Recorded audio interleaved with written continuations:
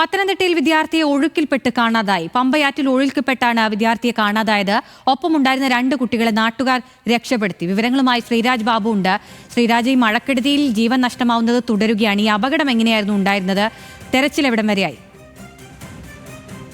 പ്രാഥമികമായി ലഭിക്കുന്ന വിവരങ്ങൾ മാത്രമാണുള്ളത്. പമ്പയാറ്റിലാണ് ഇത്തരത്തിൽ കോയിപ്രം ഭാഗത്ത് വിദ്യാർത്ഥികൾ 3 വിദ്യാർത്ഥികൾ കുളിക്കാൻ ഇറങ്ങിയതായിരുന്നു.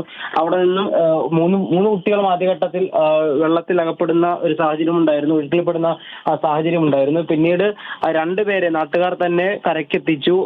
നാട്ടുകാർ ഇറങ്ങി കരക്കെത്തിച്ചു. പക്ഷേ ഒരു വിദ്യാർത്ഥി ഒഴുക്കിൽപ്പെട്ടു പോയിരുന്നു. അങ്ങനെയാണ് പിന്നീട് ഫയർഫോഴ്സിനെ വിവരം അറിയിക്കുന്നത്. ഫയർഫോഴ്സ് നിലവിൽ സ്ഥലത്തെത്തി ഇവിടെ ഇറങ്ങി പരിശോധന നടത്തുന്നുണ്ട്, തെരച്ചിൽ നടത്തുന്നുണ്ട്. ഇതുവരെയും കണ്ടെത്താനായിട്ടില്ല എന്നാണ് നമുക്ക് ലഭിക്കുന്ന വിവരം. ഈ കുട്ടികളുടെ പേര് വിവരങ്ങളടക്കം ലഭിക്കേണ്ടതായിട്ടുണ്ട്. ഈ പ്രദേശവാസികളായിട്ടുള്ള കുട്ടികൾ തന്നെയാണ് ഈ വെള്ളത്തിൽ ഇറങ്ങിയത് എന്നാണ് മനസ്സിലാക്കാൻ സാധിക്കുന്നത്. ഞായറാഴ്ച ദിവസമായിരുന്നു. അങ്ങനെയാണ് വൈകിട്ട് ഈ 3 കുട്ടികളും ചേർന്ന് കുളിക്കാനായി പമ്പയാറ്റിൽ എത്തുകയും തുടർന്ന് വെള്ളത്തിലേക്ക് ഇറങ്ങുകയും ചെയ്തത്. അങ്ങനെയാണ് ഒഴുക്ക് ജില്ലയിൽ ശക്തമായ മഴ അനുഭവപ്പെടുന്നുണ്ട്.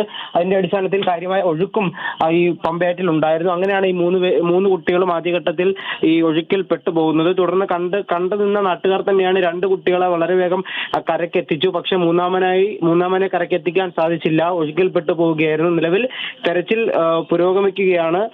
ഫയർഫോഴ്സ് സംഘം നാട്ടുകാരുമടക്കം നിലവിൽ സ്ഥലത്തെത്തി തെരച്ചിൽ നടത്തുന്നുണ്ട്. അഖില, പത്തനംതിട്ടയിലാണ് വിദ്യാർത്ഥിയെ ഒഴുക്കിൽപ്പെട്ട് കാണാതായിട്ടുള്ളത്. പമ്പയാറ്റിൽ ഒഴുക്കിൽപ്പെട്ടാണ് കാണാതായത്. ഒപ്പമുണ്ടായിരുന്ന 2 കുട്ടികളെ നാട്ടുകാർ രക്ഷപ്പെടുത്തിയിട്ടുണ്ട്. ഇവർക്കായുള്ള തെരച്ചിൽ തുടരുകയാണ്. ശ്രീരാജ് ബാബുവാണ് വിവരങ്ങൾ നൽകിയത്.